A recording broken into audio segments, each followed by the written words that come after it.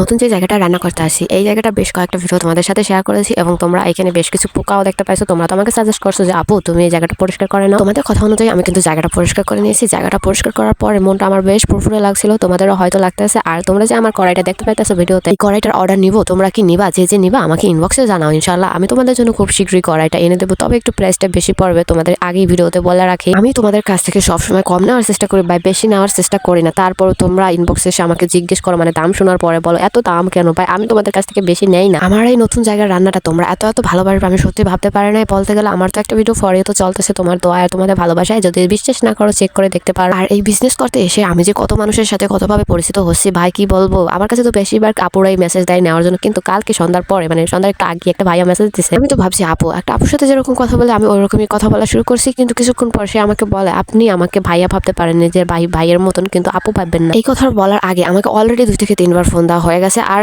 বলে যে আপনি ফোনটা কেন ধরেন না, ফোনটা ধরেন। আমি তাকে বলি না ফোন ধরা যাবে না, আপনি আমাকে মেসেজে বলেন। আরে আমি তো তার সাথে কথাই বলতাম না যদি এই বিজনেস না করতাম। বিজনেসের জন্য এই জন্য কথাটা বলা হয়েছে, নইলে তো কথাই বলা হয়তো না, ওই জায়গায় ব্লক মেরে দিতাম। কিছুক্ষণ পরে আমাকে একটা স্ক্রিনশট দিয়েছে, ওইখানে আমি একটা আপুর ভিডিও না পোস্ট সাধারণত তো বলতে পারি না, ওইখানে আমি কমেন্ট করছি, তার নিচে আর একটা আপু কমেন্ট করছে, ওইটার একটা স্ক্রিনশট নিছে। ওই স্ক্রিনশটটা দিয়ে আমাকে জিজ্ঞেস করে যে এটাও কি আপনার আইডি, এটা কি আপনি চালান? মেসেজটা এত পরিমাণ খারাপ হয়ে গেছে কি বলবো না। আমি বলি না ভাইয়া সরি, এটা আমার আইডি না, আপনি অন্য কোথাও দেখেন। তারপর আরো মেসেজ দিয়েছি, আমি কোনো রিপ্লাই দিনে ভালো লাগে না, রেখে দিয়েছি জাস্ট এতটুকুই। আর বলে রাখি এরকম ফাউল কাজের জন্য আমাকে মেসেজ দিবেন না। এমনিতে অনেকে মেসেজ দেয়, পুরো মেসেজ দেয়, ওই আপুদেরকেও আমি রিপ্লাই করতে পারি না। যাই হোক, নতুন জায়গায় রান্না করতে আসছি। আমি প্রথম দিন যে রান্না করছি জাস্ট সবজি দিয়ে ওই রান্নাটা কমপ্লিট করছি। আর বিশেষ করে ওইটা আমার স্পিডে রান্না কেমন হয় ওইটা চেক করার আছিল, এই জন্য আর কি সবজিটা ইউজ করছিলাম। তাহলে স্পিডে ভালো কাজই হয়। তোমরা যারা স্পিড দিয়ে রান্না করতে চাও তবে রান্না করতে পারো, কিন্তু খুবই কেয়ারফুলি রান্না করবা, ওইটা কিন্তু খুবই ভয়ঙ্কর একটা জিনিস। আজকে যে আমি রান্না করতে আসছি, আজকে কিন্তু প্রদীপ নিয়ে আসছি। বা স্পিডে যে পরিমাণ দাম, ওই দাম দিয়ে আমার স্পিড কিনে রান্না করা পসিবল না। এই জন্য আমি বাসা দেখেছি তো চুরি করে নিয়ে আসছি। প্রদীপ দিয়ে তো রান্না করতে নিয়েছি, জাস্ট কড়াইটা যে কি পরিমাণ কালি পড়তে আসে আমার এটা দেখে খুবই খারাপ লাগতেছে আর কষ্ট লাগতেছে, কারণ কড়াইটা নষ্ট হয়ে যাবে এই জন্য। আর ওইদিকে তো চুলায়ও কালি পড়ে, একদম চুলাটাই পুরো নষ্ট হয়ে যাবে। আর প্রদীপের কালি তো এমনিতে তেল তেলে থাকে, ওইটা যে জায়গায় লাগে উঠতেই চায় না একদম। আর চুলাও নষ্ট হবে, আবার কড়াই নষ্ট হবে। এত চিন্তা করলে কি হয় তোমার? তুমি তাহলে রান্না করবা কি? এই কথাটা কিন্তু আমি বলি না, এই কথাটা বলছি ওই যে পিসিটাকে দেখতে পাইছেন না, ও একদম স্কুল থেকে আসছে মাত্র 4টার সময় ছুটি দিয়েছে, এসে গোসল করতে নামছে আর এই কথাগুলো আমাকে বলতেছে।